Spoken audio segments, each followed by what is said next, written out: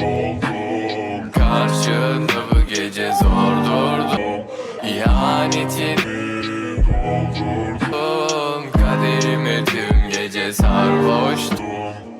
Olacakları bilseydim benim gece yanına gelmezdim.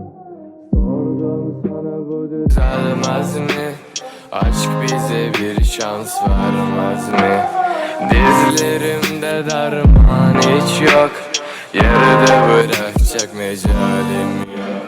Gözlerimde hiç yok. Ve bunu yaşatacak hiç halim yok. Aslında çok doldum. Karşında bu gece zor durdum. İhanetimi doldurdum. Kaderime tüm gece sarhoştum.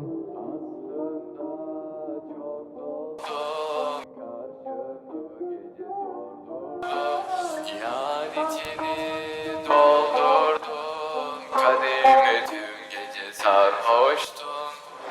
Belki başka bir hayatta gözlerin gözlerime derse